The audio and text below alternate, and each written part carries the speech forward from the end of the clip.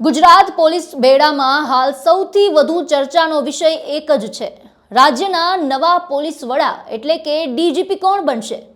વર્તમાન ડીજીપી વિકાસ સહાયની એક્સટેન્શનની મુદ્દત છે તે 31મી ડિસેમ્બરે પૂર્ણ થઈ રહી છે. ત્યારે નવા ડીજીપીની નિમણૂકને લઈને સચિવાલય અને પોલીસ આલમમાં અટકળો તેજ બની છે. સૂત્રોના જણાવ્યા અનુસાર 29 અથવા 30 ડિસેમ્બર સુધીમાં રાજ્યને નવા પોલીસ વડા મળી શકે છે. વર્તમાન ડીજીપી વિકાસ સહાયને નિવૃત્તિ બાદ 6 મહિનાનું એક્સટેન્શન આપવામાં આવ્યું હતું, જેની મુદ્દત આગામી 31 ડિસેમ્બરે પૂરી થાય છે. જાણવા મળતી વિગતો પ્રમાણે આ વખતે સરકાર તેમને વધુ એક્સટેન્શન આપવાના મૂડમાં હોય તેવું નથી લાગતું.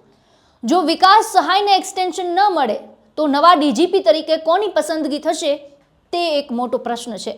ત્યારે ગૃહ વિભાગ દ્વારા સિનિયોરિટીના આધારે 3 આઈપીએસ અધિકારીઓની પેનલ કેન્દ્ર સરકારને મોકલવામાં આવી અને આ માહિતી એવી મળી રહી છે જેમાં મુખ્યત્વે 1993ની બેચના ડોક્ટર કે લક્ષ્મીનારાયણ રાવ, 1994ની બેચના જ્ઞાનેન્દ્રસિંહ મલિક અને 1993ની બેચના ડોક્ટર નિર્જા ગોટરુના નામની ચર્ચા છે.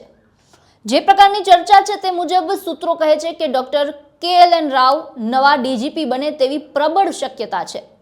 તેની પાછળના મુખ્ય કારણની વાત કરીએ તો તેઓ 1993 બેચના અધિકારીઓમાં સૌથી સિનિયર છે. જો કે સિનિયોરિટીમાં રજનીશ રાય બીજા નંબરે છે, પરંતુ તેઓ સસ્પેન્ડેડ હોવાથી તેમનું નામ રેસમાં નથી. લાંબા સમય સુધી જેલ વિભાગમાં રહ્યા બાદ તાજેતરમાં જ તેમને સ્ટેટ ક્રાઇમ બ્રાન્ચમાં મૂકવામાં આવ્યા છે. તેને સરકાર તરફથી અપાયેલા સંકેત માનવામાં આવી રહ્યો છે. સરકાર દ્વારા તેમના કામનું સતત મોનિટરિંગ કરવામાં આવી રહ્યું છે અને તેઓ ક્લીન ઇમેજ ધરાવતા શિસ્તબદ્ધ અધિકારી પણ માનવામાં આવે છે. અન્ય દાવેદારોની સ્થિતિની વાત કરીએ તો અમદાવાદના પોલીસ કમિશનર GS મલિક પણ મજબૂત દાવેદાર છે, પરંતુ તેમની પાસે હજુ નિવૃત્તિના 3 વર્ષ બાકી છે. તેવી જ રીતે ગુજરાત પોલીસ ભરતી બોર્ડના ચેરમેન ડોક્ટર નિર્જા ગોટરુ પાસે પણ 4 વર્ષથી વધુનો સમય છે. જો સરકાર સિનિયોરિટીના ક્રમને જાળવી રાખશે તો ડોક્ટર KLN રાવનું નામ નિશ્ચિત માનવામાં આવી રહ્યું છે. હવે જોવાનું એ રહે છે કે 31મી ડિસેમ્બર પહેલા રાજ્ય સરકાર કયા અધિકારી પર પસંદગીનો કળશ ઢોળે છે.